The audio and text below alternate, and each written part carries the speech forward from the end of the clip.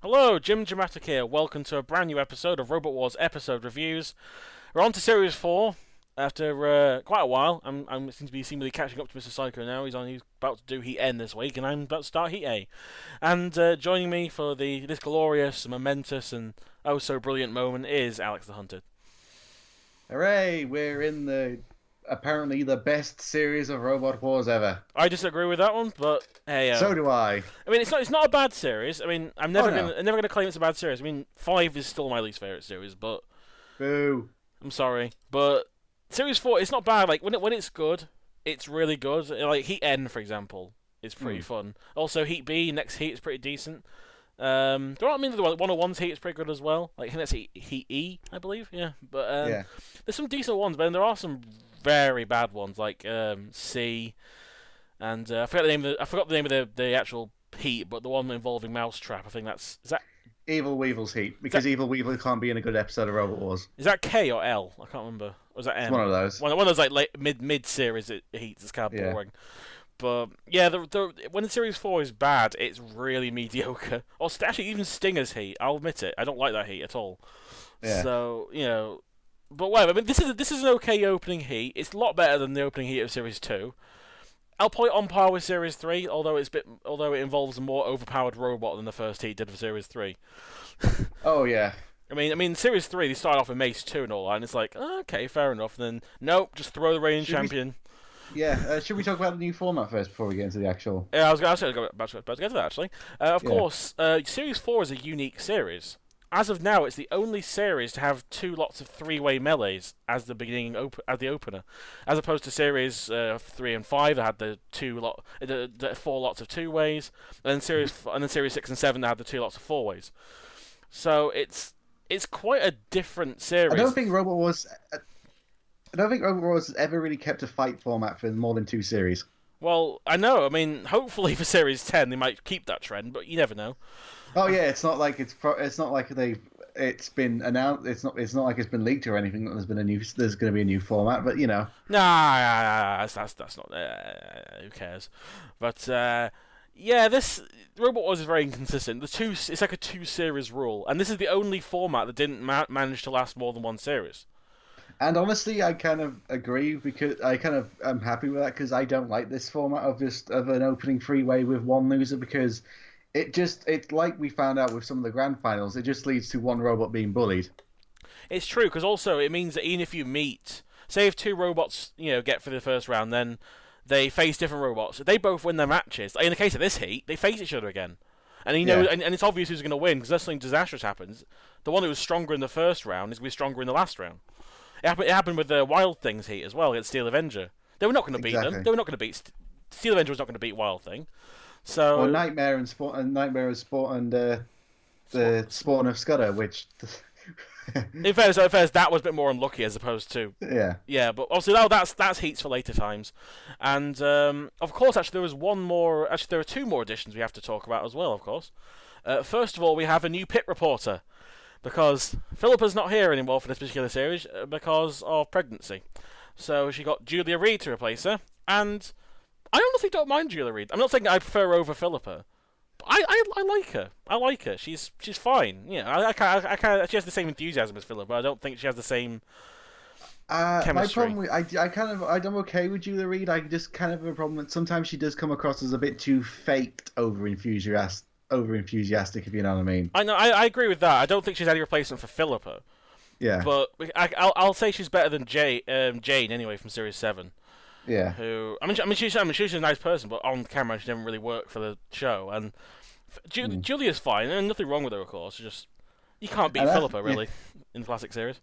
And really, after her time on Robot Wars, she didn't do anything else. She's completely disappeared off the face of the earth. She did do Techno Games briefly. But actually, ironically, in Techno Games, Philippa took over from Jane, Yeah. which is quite funny. But also, there is a new house robot, We have a new house robot who's not a fighting robot. He's the only house robot that doesn't. Well, yes, Cassius Chrome doesn't really fight at all. He doesn't have a combat role. No, he's the only non-combative role apart from Shove, but he wasn't on. He'd never shown on camera at all.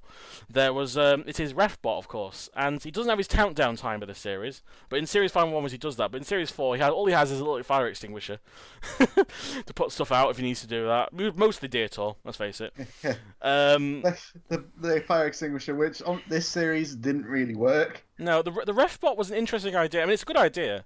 I think the biggest problem with I think the biggest problem with ref in this series is he didn't have his countdown timer, so he was just there to push robots when they got stuck. Yeah, that was really Refbot's main job, really, for this series anyway. Its real main job is to be the robot that separates robots that are stuck, because it kind of looked bad in the show. Like, these house robots are supposed to be like evil, mean, destructive things. Why are they coming to help these two robots? Call for punishment. Yeah. But this was. I mean, in Series 5 and 5 to 7, he actually has a much better role. Obviously, starting from Extreme. Well, obviously, we do Extreme 1 before Series 5, obviously. But he has more from that series onwards. He definitely has a better role in it. He actually has the countdown timer, which has so much more authority, and he has the red cards as well, and all that little fun stuff. And Refbot was useful in those series, but he was very redundant in this series. He was mostly just there to be like the kind of passive house robot, I'd say. But you know, I mean, I do like his design. His design is great. He's pretty cool looking, isn't he? I'm not gonna lie. He's some details I didn't notice for a long time is that he has some black and white stripes on him, like a boxing ref. Oh, he does, doesn't he? I didn't really notice that. Yeah. I don't watch much boxing, so I don't really pick up on that. But that's pretty cool. But yeah, he's the only really. I mean, the only non-combative on-camera robot. Obviously, there was Shove, who was also like kind of a big shunt who just pushed debris out of the way, mostly Splinter. But yeah. He didn't. Oh, sorry. I don't know who you say. Who else? Sorry. And for a little while, Refbot was the tallest house robot. It was until Mr. Psycho, I believe, wasn't it? Yeah. Is the new Circular Lot taller than Mr. Psycho, like the one in Series 8 and 9, or is he? I don't know. I think I think they're around about the same size. I know he's heavier, but I don't think. Oh, is he heavy? Is he heavier or is he not heavier? I don't know.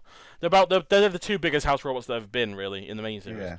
But enough rambling about the new stuff that's happening. We'll talk about even more. What about the new arena look? Oh yes, of course. I've lost one more thing. The arena has, well, I'd say not drastically changed, but the features have changed on it slightly. For example, the flipper is now actually a regular thing that happens. Like in Series 3, it was sort of used sparingly. Like you throw Beast of Bodmin, Scutter's Revenge. Not many robots you got the flipper treatment. But this series, almost every heat has a flipping moment in it at some point, and it's there just to kind of humiliate the robot that loses. And it's sort of that's the tradition from then on in, until Series 8, where it just wouldn't stop flipping. Oh yeah, I mean the arena flipper still doesn't have the power that it got eventually, because in later series the flipper could really throw something. No, in Series 8 and 9 it was more of an obstacle than it was really an end goal really. But from I think really Series 5 onwards is when the arena flipper could really throw something. Yeah, I mean the best one was in the Extreme 1 where it threw all the middleweights out the arena. Yeah. That was pretty funny. Well, no, it didn't throw any of them out of the arena. It threw the lightweights out the arena. Oh, lightweight, sorry, yeah. I get so. And also the pit button, unlike in Series 5 onwards, we just saw this There's no pit button in Series 4. Yeah, I'd say the pit button is not there in Series 4. Because, I'll say unlike another series, the pit button, it's not here. Because it appears, it closes like halfway through the battle, something like that. It opens halfway through. I don't know. Yeah, I don't know. Was it a minute or 2 minutes into a fight? I think it was like a minute and a half, something like that. Minute, 2 minutes. It's never really explained when the pit falls. It just like in Robot Arenas of Destruction. That's the style they go for, the Series 4 arena, where it just drops after a certain amount of time. And the pit gets its siren as well. It gets its siren. It gets a bit more pyrotechnics. There's no random It's also a lot bigger than Series 3 version. The Series 3 version couldn't fit a lot of robots in. Series 4, most robots can fit in the pit. Yeah. So that shows you how. And also, it hasn't got the stupid tires in the bottom like it used to have. This Series 4 arena is kind of like the in between of how before, like Robot between Series 3 and Series 5, where that Series 5 onwards arena, that's more like the classic look that people remember of the arena. Yeah, I mean it's sort of the awkward teenage phase of the robot. I mean Series 5 onwards, it's fine. And one last detail, this is the first arena to have the giant Lexan wall around it. Finally. It took them long. It took them long enough to get some safety protocols in Robot Wars. But yeah, and also this series is a lot more cleaner than Series 3 in a lot of regards. But then again, it doesn't stop judges' decisions being a bit weird occasionally.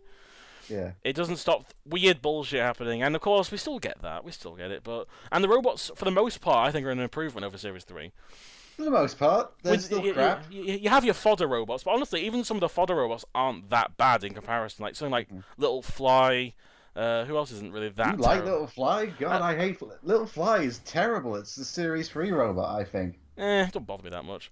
But it seems the most average robots, things like Mazakari, Maverick, those kind of they're just kind of there, but they're not terrible. They're just like that's the lowest standards of Series 4, so that's quite a good improvement, I think. Personally, I mean, well, no, the lowest standards of Series 4 are Banshee, Scorpion, Fatboy Tin.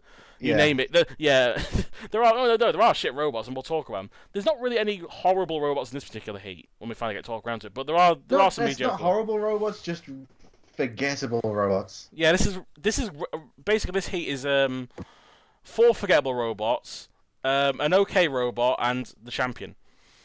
Yeah, this is basically what Robot Wars kind of had for a while. Is they gave the champion an easy heat. Actually, I shouldn't say there are 3 forgettable robots because one robot is actually prominent in later series. Yeah. But there are 3 definitely. I mean, three of these robots don't return for a reason because they weren't very good. But we'll get to the actual robots then. Of course, like a surprising heat winner. Yeah. No one saw this coming. Chaos 2, the reigning champions, and it's Chaos 2. It has not. They did not change it at all. They've changed. No. We have forgotten that we have lost a valuable beard to look young. Yeah. And that is it. Yes. Literally all they did to Chaos 2 was paint it. Yeah. Give it a new paint job. It just got basically slightly upgraded from last year when it got pummeled by Razor. That's all it needs to do, really, just get fixed. And it was still working. But I mean, Chaos 2, let's face it, it's one of those robots that it surprisingly managed to win 2 series in a row. And it took until Series 6 for this robot to look outdated. That's quite an achievement.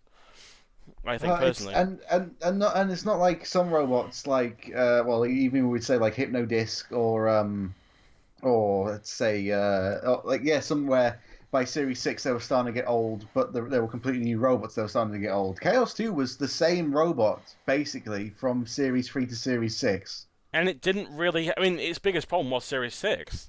Yeah, and because it was the only series it didn't get past the heats.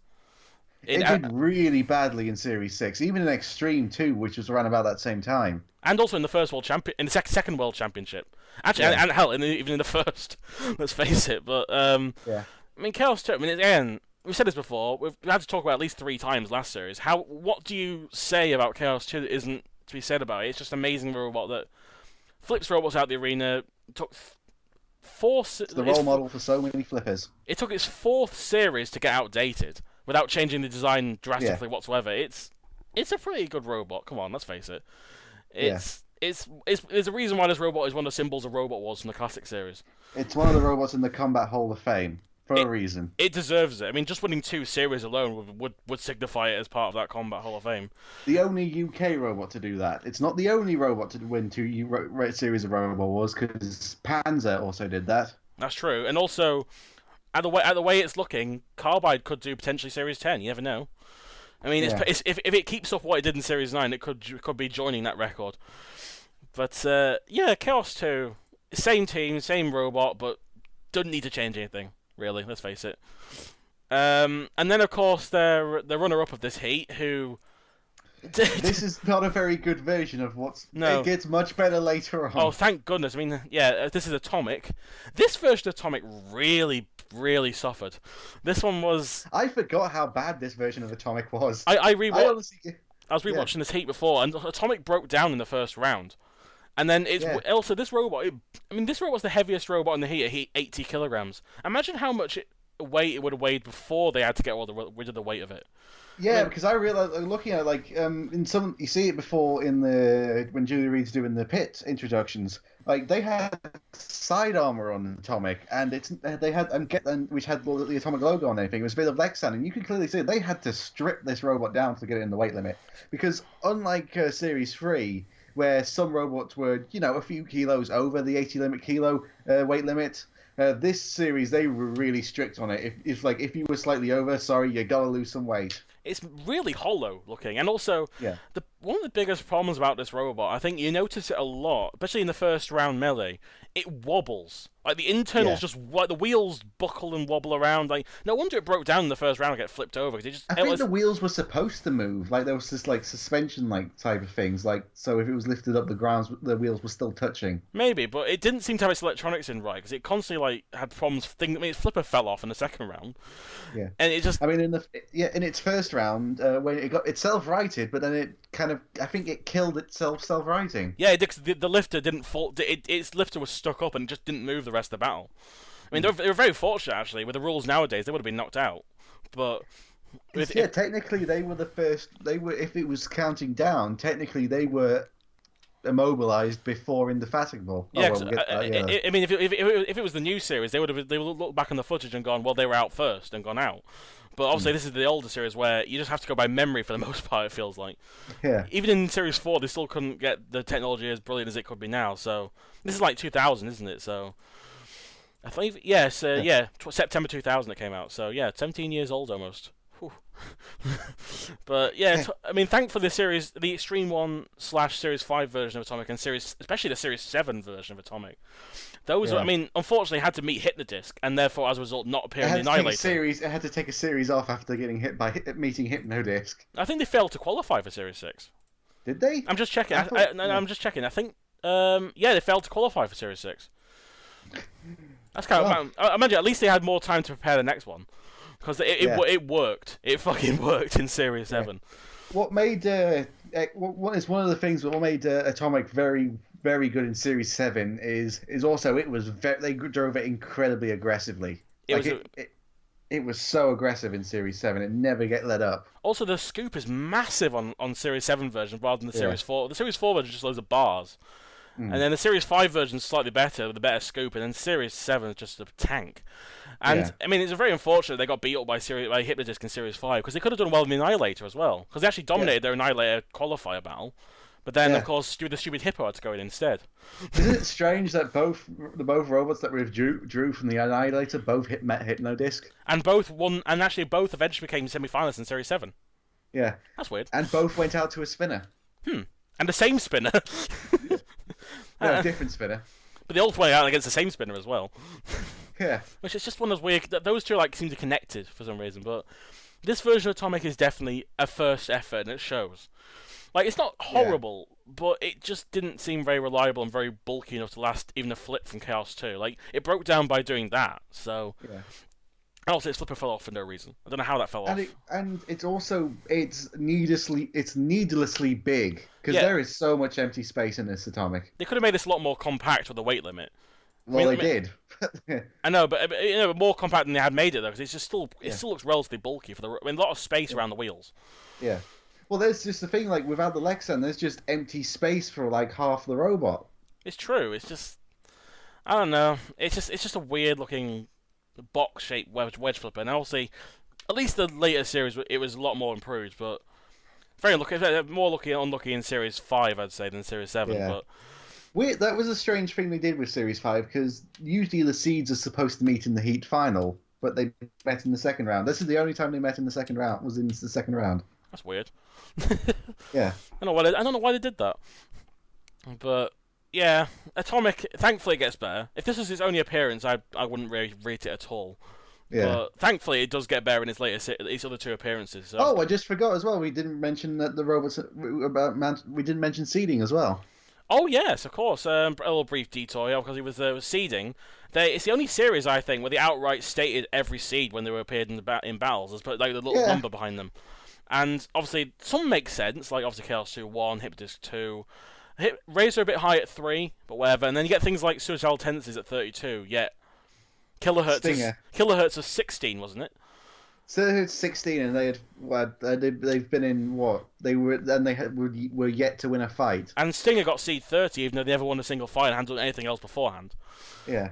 I don't get it. I mean, the seeding was weird in this series. I mean, it's not as bad in this heat. I think it's relatively okay, the 2 seeds in this heat, but later on, when we call out actually, we had Barnyard series last series. Yeah. If ever, bullshit seed. Yeah, bullshit seed. That's thankfully there's no bullshit seed. And no Barnyard animal, unfortunately, either. But well, we have a snake lady. I guess. I mean, I don't know. Actually, should we speak of that snake lady then, since you mention it? Of course, the one who lost in the second round, Medusa 2000. Incredibly forgettable. This is one of the most forgettable robots of Series 4. Probably around with Humphrey as like most forgettable robot of Series 4, because it's just a little wedge. I don't understand the wedge flipper thing. Like how it, like the little bar and lifts the whole wedge. Or just have a flipper on it. It's kind of like heavy metal in Series 9. How that was supposed to be the wedge flipper sort of thing. Yeah, and it didn't really work. And it didn't work there either. Yeah. I mean, no, that's it. I mean, a lot of people forget that Medusa 2000 has a spinner on the back. That's its main weapon as well. Oh. Yeah, it's one of the first drum spinners in Robot Wars. I know. Actually, I think it is one of the first ones, and it doesn't really show because it's so tiny. If you look at the back of it, there's a picture of it at the back. It barely sticks out of the robot. The teeth. It just looks like a little tiny bar that stuck out of something. And it's another robot with a ton of empty space because. Like I'm just looking. It's just a boring design. Like the only thing that really sticks out about it is that it can glow in the dark. That's it.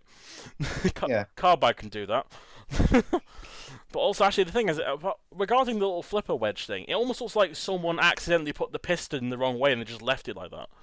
Like you think, like it focuses, like it goes downwards, and I don't understand why they did that. Like it's begging to be a flipper.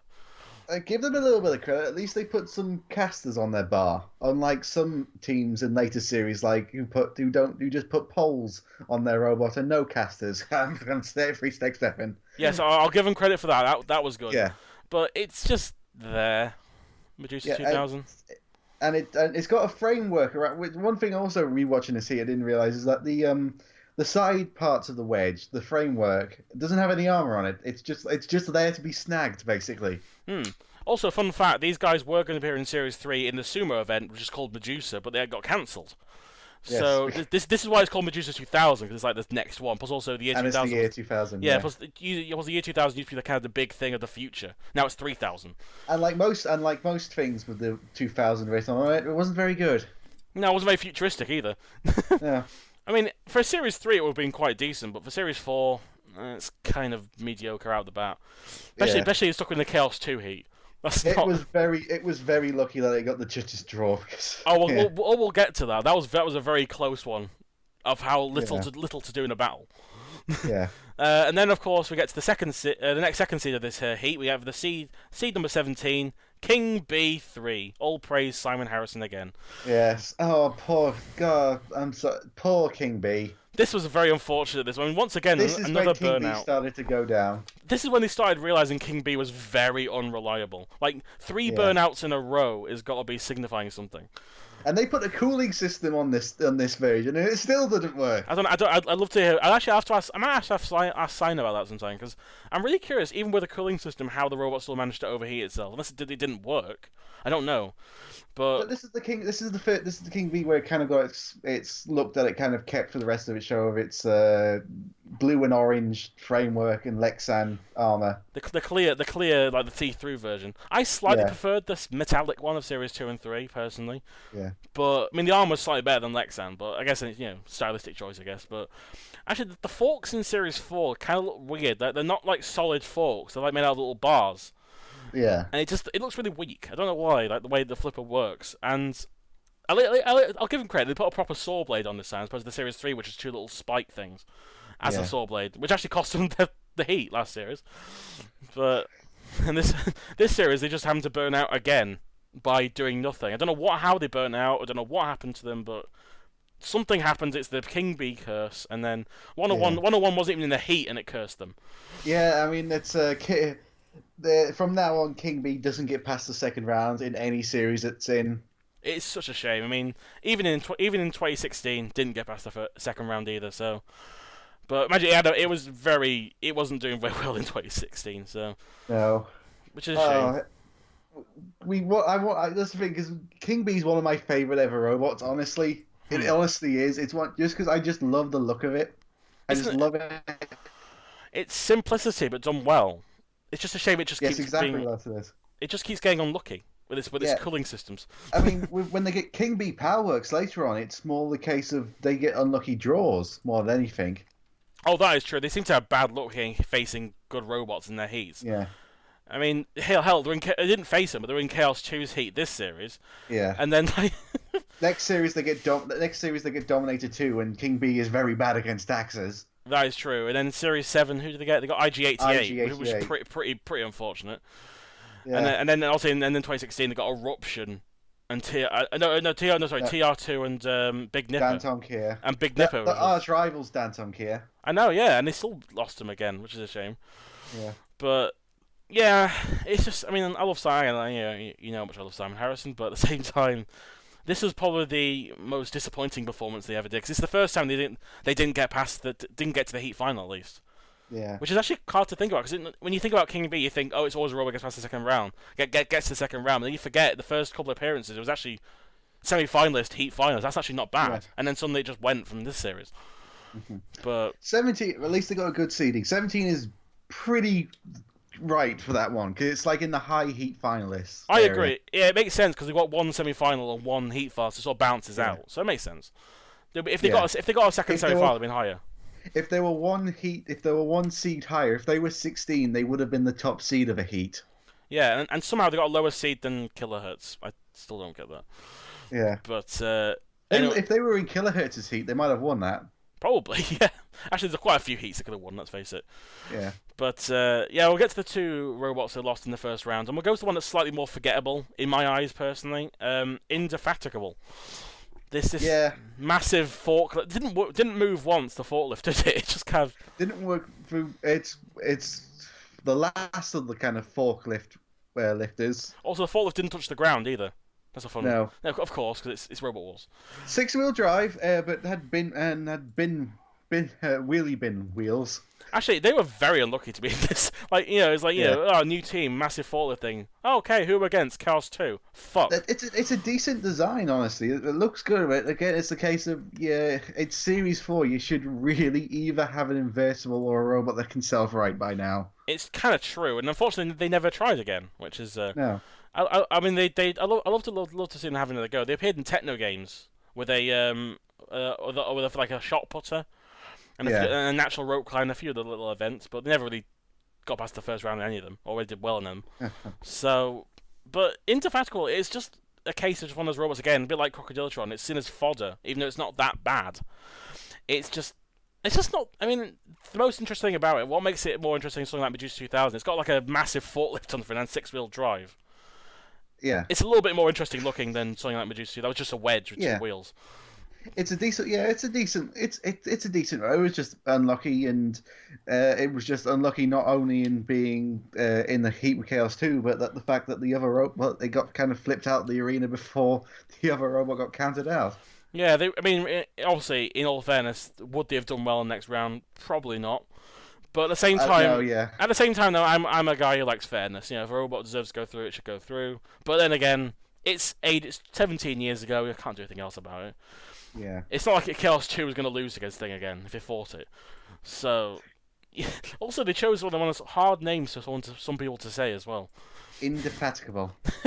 I know people who can't say that word at all. There's just too many syllables in one go. Yeah. I had to look up in the dictionary what indefatigable meant, just because I'd never. It's one of those words. Does it mean like unintelligible or something like that? I try to remember why it's. I think it's like persisting tirelessly.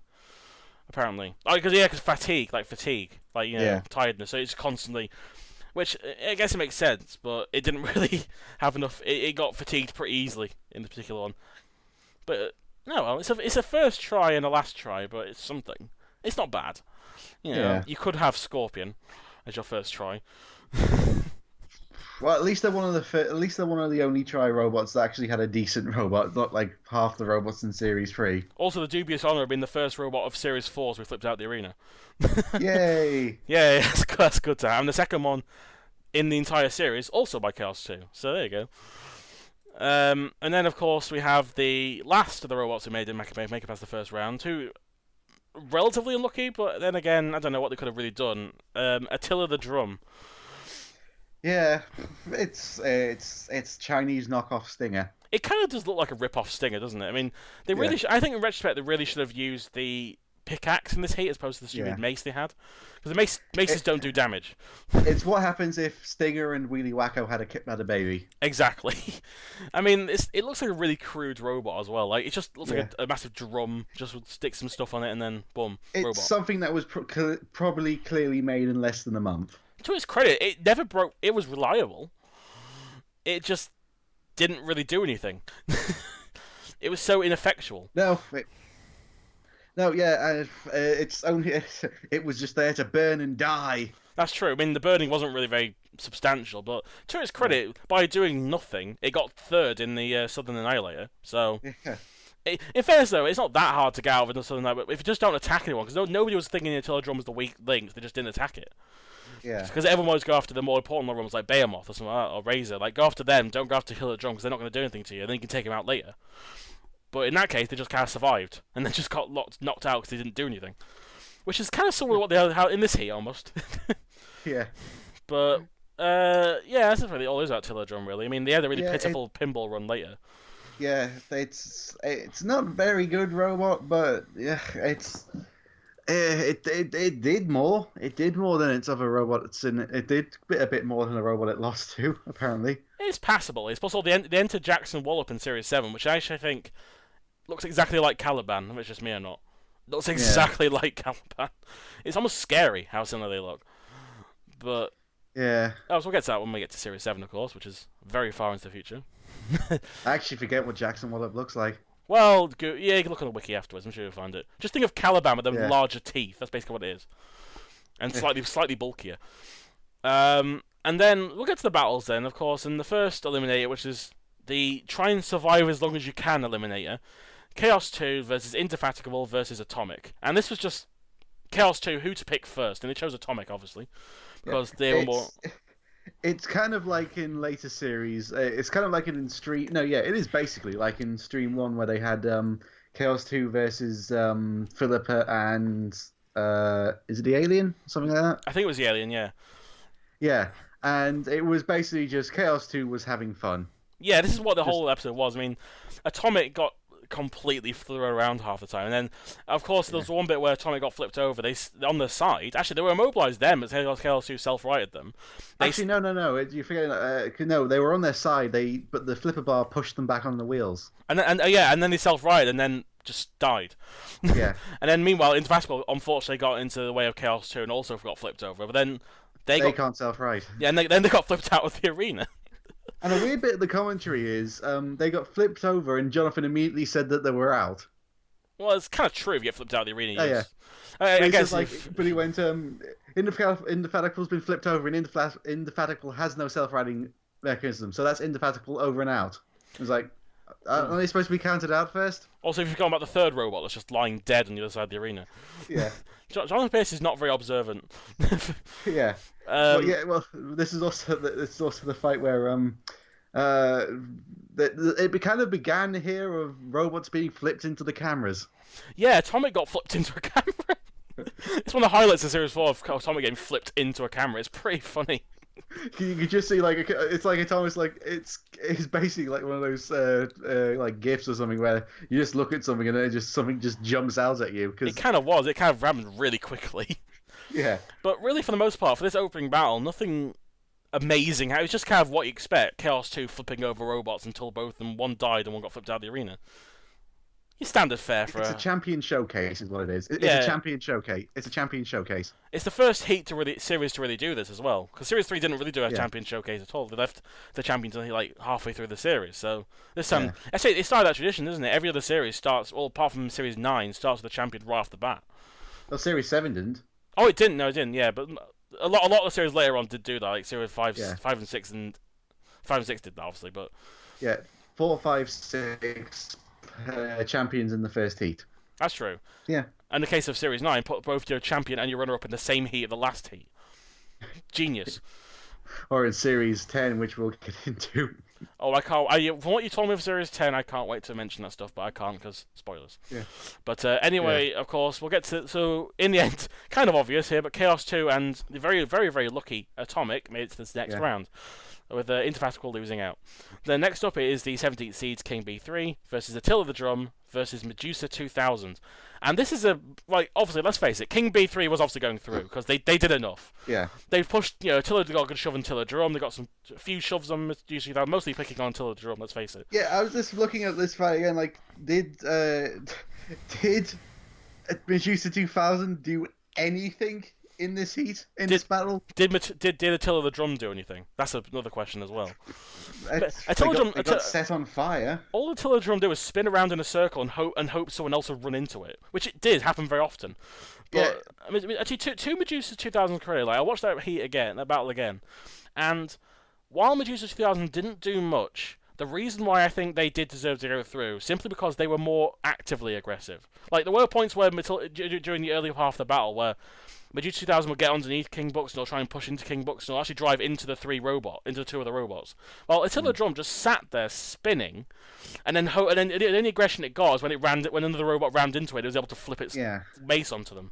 Oh, basically the most part is the King B got quite a bit of the fight. King B got impaled Attila the Drum and just pushed it around a bit. Yeah, I mean, really, Attila the Drum did nothing. I mean, fair, Medusa 2000 didn't do much either, but it actually, at some points, did actively try to get in the battle.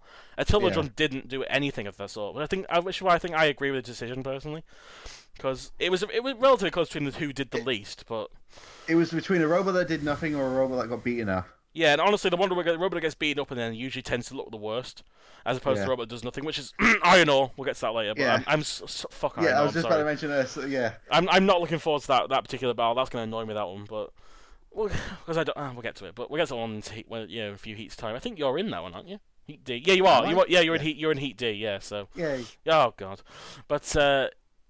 Honestly, King B obviously got through because they did more. They were the only robot actually aggressive in the entire battle. Yeah. I mean, a good shove on a really good shove on Attila Drum, pushing him halfway all the way across the arena. It's matches like this is why I would say King Buxton was one of the first push bots as well, alongside Steg, because they were really good pushing around in this fight. Especially in Series 2 and against Ultor, that was pretty cool. Yeah. But I mean, honestly, at the end of the day, neither robot was that amazing. They were fighting, but. I agree that Medusa 2000 did slightly, it's like saying which is higher, 0.001. 001, let's face it. Yeah. And Attila Drum was not actively attacking anyone. That's the downside of it. Yeah. Well, one thing I should mention also is in only these opening battles, and they never did in any other episode in this series, is you could actually hear what the Roboteers were saying during a fight. Yeah, I found that really weird. It's like Series 8 and 9 where you just hear everything. Yeah, I mean, I kind of like being able to hear that, but it's only in this episode they do it for Series 4. Maybe they just thought for the first episode they'll do it, and then they just kind of gave up on it afterwards. Yeah. I don't know, but either way, obviously, King B3 and Medusa 2000 goes to the next round. Attila Drum eliminated because they did nothing at all. Yeah. Whatsoever. And then, obviously...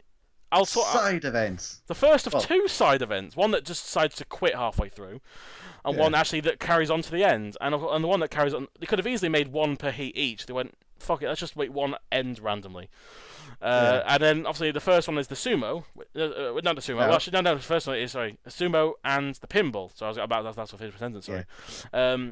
And we'll do it in the order we're supposed to do it. And of course we'll start with the Pinball, which is 101. The first robot to take on the Sumo. The good thing about this pinball is all the robots in the pinball are actually fighting, and they're on just the shits that didn't qualify. There are some robots that actually appear twice, like I think Firestorm appears twice, and a few other robots. Yeah. Which is they were running out of robots to wanted to compete in these events. But 101 actually sports a little Dalmatian paint that it didn't use very often. Yeah. Yeah. I don't think it ever used it in a fight. I don't think so, but actually to its credit, it was a nice benchmark of 125. I mean, it's not the best score ever, but considering the first, some of the rubbish pinball runs in Series 3, this is actually a very decent score for this point in the game. This is actually a pretty decent pinball, unlike last series where it was just one robot at the top for pretty much most of the series. Until, boom, Razor. Yeah. But in this one, they got the barrels. But yeah, this one is like the first place. Yeah. Yeah, they got the barrels, they got the multi-ball. Sort of the ramp, but they didn't really count because it was on the hard edge of the ramp. Yeah, and Killalot does his usual thing of just fuck you if you want to score points. Let's face it, they would have they only got a decent score because they got the 75-point target near the end. That was the only reason they actually did well. Yeah. But it was, again, for a first benchmark run, 101's run was decent. It was definitely set the bar. Obviously, robots like Scutter's Revenge, Gemini, etc. did a lot better. Yeah. That's the good thing about this series, Pinball, is even like there isn't, like I said, like it's not just one. It's not like just like a couple of really good runs and then just shit after that. Like there are quite a few robots that get very high scores in this one. Yeah, it's quite a higher standard, which I like, and it's a shame they never brought back these side events. I actually quite enjoyed them. What I said ages ago, which I still kind of believe, is I wish they did those kind of side events in Extreme. Yeah, that'd be awesome. Because in Extreme was supposed to be, it's like the side Robot Wars where they can just do any matchup that you like, anything. And, if you had the freedom to do whatever you wanted with that series, do like side events like Sumo or Tug of War or Pinball or something like that. I mean, but then again, around about that time, they were using those sets for techno games. Well, that's true, yeah. Techno games are sort of the Olympics of Robot Wars, and I do plan to cover that in the future, whenever I get around to it. Oh god, I've rewatched Techno games. The first series is dire. It really is. The first series is shit. Series 2 to 4 is good, but Series 1, no. There's no variety in Series 1. It was clear that was a rush series. Oh, there's like 2 events every heat, it feels like. Yeah. But enough about Techno games, obviously. So, obviously, 101 managed to get 125 points, and that's good. As per the tradition, we'll do the Sumo in between the heat final and the second round. Yeah. So, obviously, we'll go to the second round, of course, and the first battle was Chaos 2 against Medusa 2000, and this was just... What could Medusa 2000 even do? Chaos 2 drove around and played with Medusa 2000. Almost flipped them out the arena. Yeah. That's a very weird flip as well, because they kind of threw them against the wall and then it went left. So it was like, physics doesn't work that way. I don't know how that worked at all, but the thing that gets me is actually there's one bit where I feel they did treat Medusa 2000 a little bit badly. Yeah, is this when it went into Sergeant Bash's and it was... That just means it was out. Well, what happened was, it backed up into Sergeant Bash, because it was upside down, so the controls were reversed. And then Sergeant Bash just crushed one of the wheels, and then they just attacked it and killed it. It was then ganged up on it. Then it was still moving. That's the thing. Yeah. And it still just got considered out because it was like Series 2 logic. Yeah, it's flashbacks to Series 2. It's like, robots in the CPZ. That means it's out. I mean, while I agree if it lasted the full 5 minutes, it would have been the same result. But it's kind of unfortunate they just decided to. I mean, this is when Refbot's in the arena. There was no pushing around Refbot. You just can't let it happen. I mean, even the drivers pointed it out in the aftermatch interview. Yeah, I can understand why they were annoyed because it just didn't seem fair. Yeah. Like Sergeant Bash at worst maybe could have crumpled the back or maybe crushed the spinner and that was it. But no, it was straight for the wheel on the first try, and it really gets crumpled, doesn't it? It does, but again, it wasn't out. I know it was still moving after the crumple, but it couldn't move at all. So therefore, because it couldn't move properly, so therefore they're just like, let's get shunned in, let's get all the house robots and just attack it, and then flip it over on the Freener flipper. It's just a bit bullying, really, honestly. Yeah. I mean, it's as annoyed as people who went out for not very vague reasons. It could be worse. You could be bolt from the blue, but. Yeah, that's true. It could be Bolt from the blue. Yeah. But actually, I mean, you could I'm not in that heat, but you could tell in the aftermatch interview they were pissed. Wouldn't you be as well? Yeah. I mean, it was very close, I know, but still, I mean, they were more pissed than Caliban. Daisy Chop in Series 3, and they didn't win it. Yeah. I mean, obviously, Jonathan Pierce's line of "I think they should be retired" is kind of overkill. But either way, I mean, let's face it, would the Medusa 2000 won that fight? No. But it's just a kind of unfortunate and unfair way to be picked on, I think. I mean, if Smidsy can beat Chaos 2, the Medusa 2000 can. Oh, I agree. Oh, do you not know? Yeah, did you not know about that? No, I knew about it, because they apparently had, but then they didn't. It was like a kind of Ironside 3 Pulsar debate, but they didn't know what happened, so they just reset it. Yeah, no, it's more a case of that Smidsy was pinned there for more than 30 seconds, so technically they were out. Yeah, I think so. Yeah, it made sense. I agree with the restarting, but yeah, just a little bonus thing. And then, of course, the next one was, obviously, spoilers, Chaos 2 won that one. And then, obviously, the next battle was King B3 against Atomic, and burn, baby, burn. Oh, Atomic didn't win that. King B lost it again. I like that Atomic didn't win it. Yeah. To be fair, though, it was actually relatively close until that moment. Although not really, because King B was because Atomic really did have shit armor this series. Just was punching holes all the way through Atomic and pushing it about. Atomic amazingly managed to break its own flipper. How did that happen? It just flew off. It just lifted its arm and boom, it went flying off. But then, of course, after that moment, I think it was actually after. I think because Atomic flipped it before that happened. I think that flip caused something. Maybe the cooling didn't work when it was upside down. Or maybe it broke the cooling system. I don't know. Like, it landed quite hard on the floor and it got flipped over by Atomic. And then after that, King B started like moving really slowly. And then Atomic ran into it, and then it started setting on fire. And I was like, oh god, here we go. Series 3 once again. Although Simon, you can't blame the saw this time. No. Well, it probably is something you can blame on it, but yeah, it's like, I'm gonna say it probably would have been Chaos 2 was probably gonna win that fight if King B went through, but it probably would have been a better fight. Also, the dubious honor of being the first seed to be knocked out. Yay! Yay! But although at least they weren't D at all. No. I think they're the first ones to be knocked out the first round, so there's that. Yeah. Yeah, the first seed to be knocked out in the first round in the series, so at least they weren't them, right? They're only a seed 20 and below. Who cares, right? Right? I do. But either way, Atomic, they got lucky again, but to their credit, at least because I don't know if they were partially responsible for the breaking of it, but they did something towards it. But they were very lucky to get through that round again. Actually, if the flipper had stopped, if that flipper had like broken, and then they carried on working out normal, they would have been out easily. I'd much rather seen Chaos 2 and King B3 though. Let's face it. Yeah, it would have been. It would have been a battle. Yeah. And then, of course, before we get to the heat final, we have the second of the special events. We have Sumo, and we have 2 of them in each heat, which I don't get. Because I think it's because it was kind of the case with the football, where some of them were just too quick. They just decided to do two episode. I guess so, but as a result, it means that the show after heat 8, it just prematurely ends. But why not have 32 people do the sumo instead? I don't know. But I don't know. Replace it with something. You had a lot of robots you could just throw it in and go, just have a bit of fun. Who cares if you lose?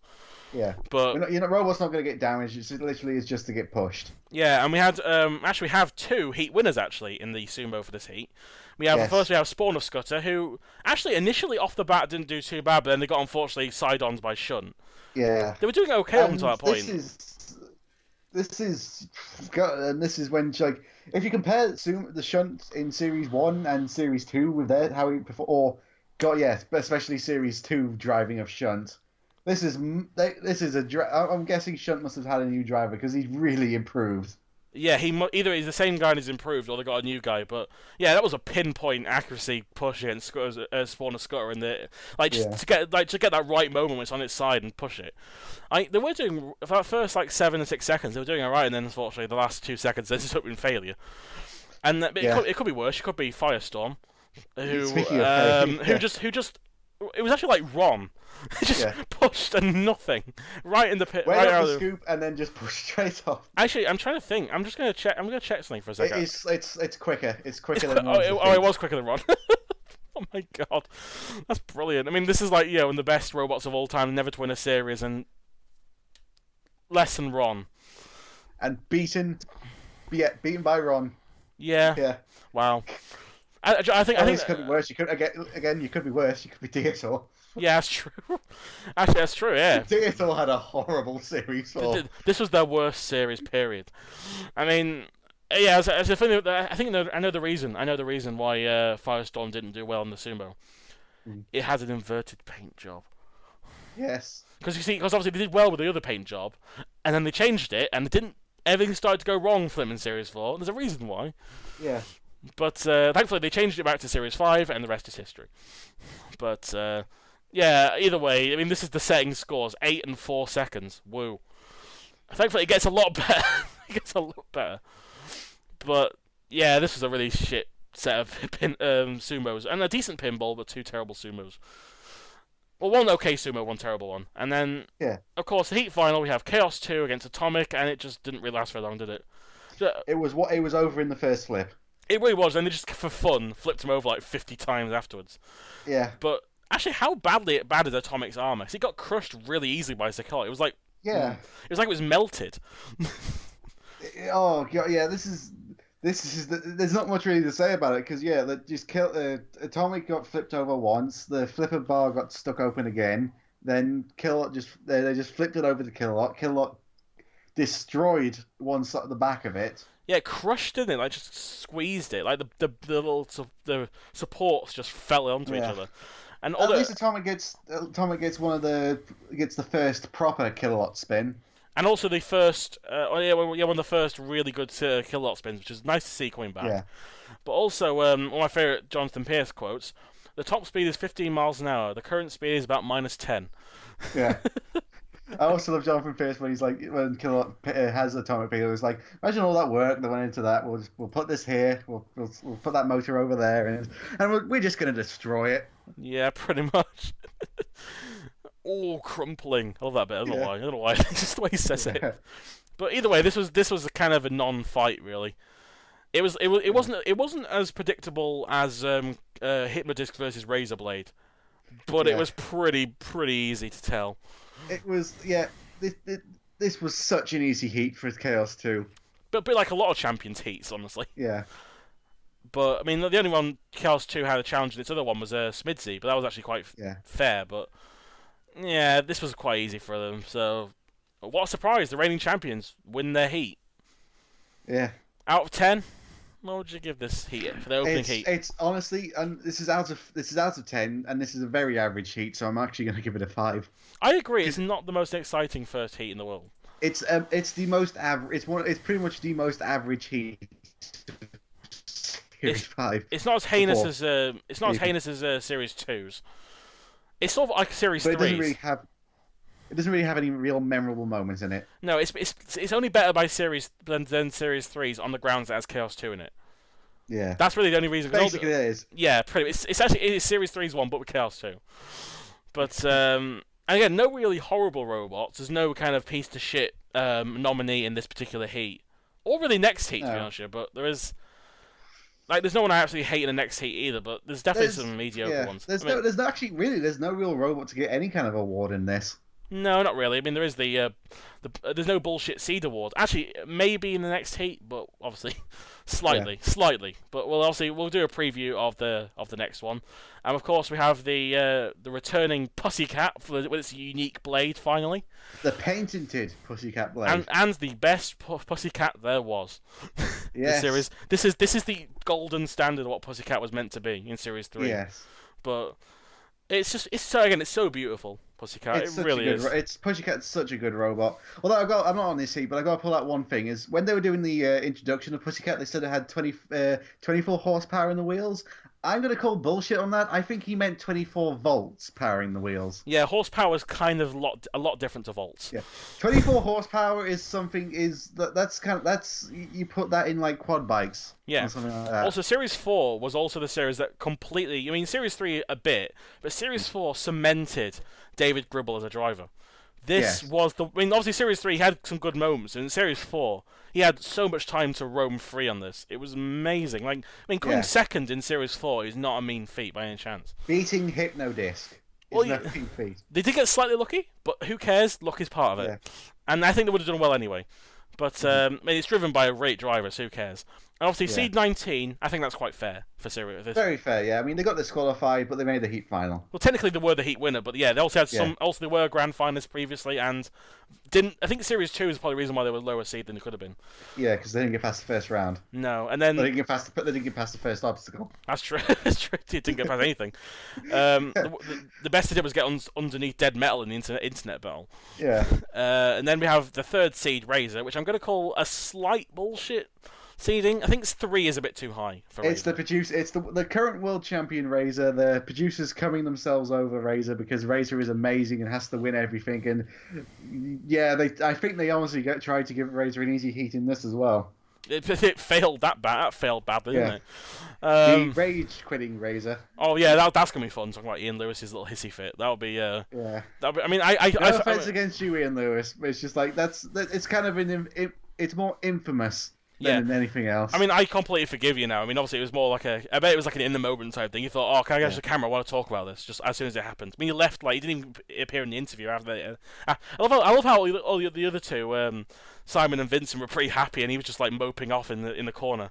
Yeah. I found that really hilarious. It's just him. Yeah. But I mean, a lot of people blame the actions of him on the other two, which I don't think is a bit unfair because it's just him really in that particular moment. Yeah. It's Razor. It's Razor. It's not changed. It's not changed in Series 3. Let's face it. I mean, not really. It doesn't change at all, really, in Series 3 for the most part. No. Well, there's one thing I want to bring up about Razor, which you forgot to mention in the International League. Is in the International League, it was the only time Razor used its lifter on the back. That's true, actually. Yeah, I forgot about that. Never used again. Never used again. No. And then we have the intro of one of the funniest comedic robots of all time, Robo Chicken. Yes. I love Robo Chicken so much.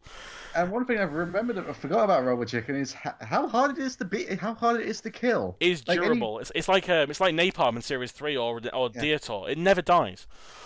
Yeah, but it's not just this version of. I mean, really, yeah. I mean, to be honest, Robo Chicken, like, it's a joke robot, but it's a pretty good joke robot. I mean, Series 7 Robo Chicken nearly won a heat. Actually, Series 7, yeah, that's like it went slightly serious at that point, didn't it? Yeah. Although I have to give props to Julia for not completely bursting out laughing when they were introduced in the pits. That was just... What are you supposed to say to that? It's just mental. You know what I mean? I don't know.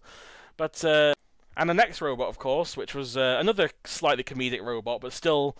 Okay, they got past the first round this time.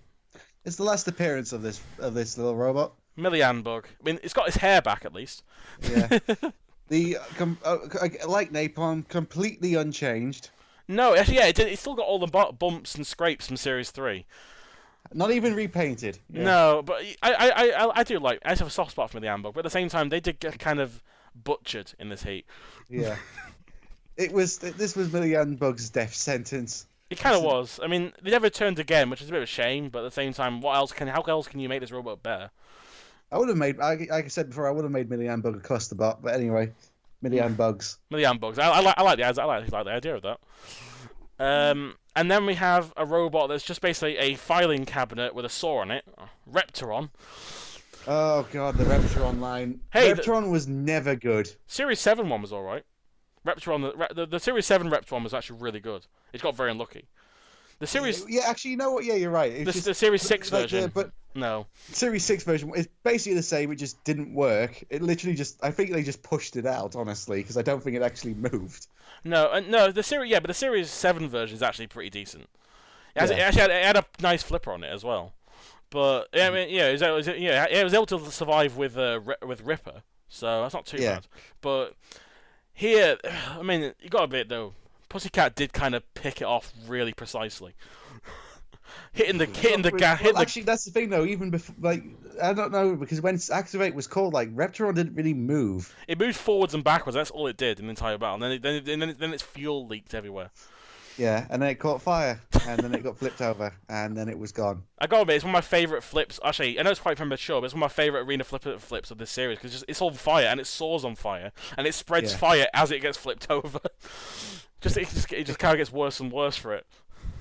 Yeah, it's one of the quickest mobilizations ever. Not the quickest, but one of the quickest. Also, I know it's obviously might have been some problems with it, but I'm going to call bullshit on the 15 miles an hour top speed. Yeah. No. Repteron definitely did go 15 miles an hour in Series 7. That's all else. But it did go 15 miles an hour in this series into the air. Yeah.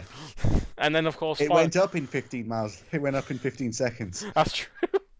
And then finally, who can believe this is Ironside 3 Velociraptor? Yeah, I've just realised this is a heat that every robot comes back in a way. Yeah, it's true. Every robot... Actually, except Millian Bug. No, every robot is a veteran, I mean. Oh, is it? Every robot has appeared more than once at some point? Yeah. Yeah, that's true, actually. Yeah, I mean, Millian Bug's the only one that doesn't appear again. But... Velociraptor really just... It did its usual thing of just breaking down for some reason. Yeah. It just went into the wall and just died. I think it's looking forward. I think it is just Velociriptor is just unlucky because when they enter Mega Mouse, which is Velociriptor. Yeah, almost pretty much. No, it is Velociriptor. Oh, is it? It is, but it is because the new Velociriptor in series. Remember, that's when Velociriptor had the fiberglass shell from series 6. Oh, yeah, it did, didn't it? Because it failed to qualify out for Series 6. Yeah. But then they appeared in Series 7, yeah. Because I remember they failed to qualify out in Series 6, but they did get Mega Mouse to get in there. Mighty Mouse. Oh, sorry, because they were in the tag team with Velociriptor in. Oh yes. Sorry, they're called Mighty Mouse back then. It's Mega Mouse for Series 9, but that's a completely different robot. I know that. That's a completely different robot because actually the Mega Mouse in Series 9 is the Velociriptor from Series 6 and 7. Oh wow, it's a bit bulkier version.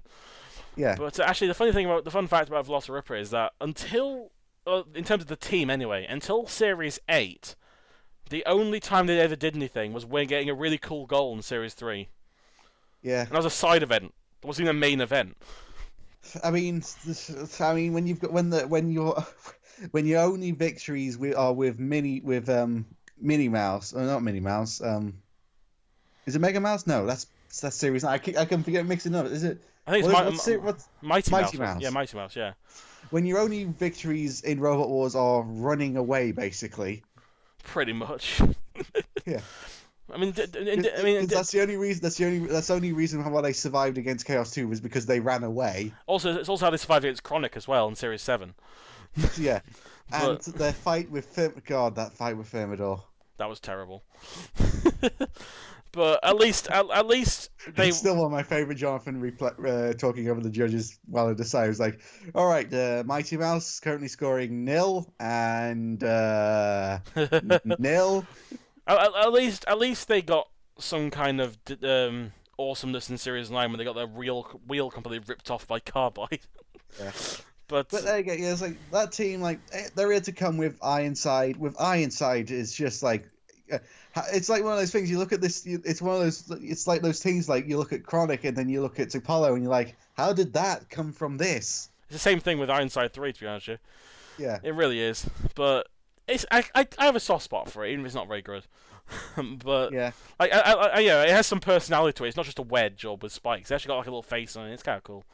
Although I want to ask, is that they say it can self-ride? No, I don't believe that. I don't know how. It's not got a roll cage like Spikosaurus. It hasn't got any flippers. It's got nothing. It's just spikes. I'm quite curious myself how they explain that. But I mean they call their weapons bumpers. So that's not really good. That's not a good sign. It was. I mean, Series 5 they put a saw on it. Series 7 had a lifter on it. Yeah, I forget they weren't in Series 6 because they were in the extreme with the lift with Velociraptor 2. Yeah, and they butchered those saws and put them on Mighty Mouse. Yeah. But yeah, so that'll be Heat B. I'll be joined by Anderson. So if you somehow missed him, he's returning. This is Anderson. Anderson's cool, I guess. I don't know. But anyway, that was Heat A. That'll be Heat B. I'm Jimjamatic signing off. And I'm Alexthehunted, and I will be seeing you in your dreams.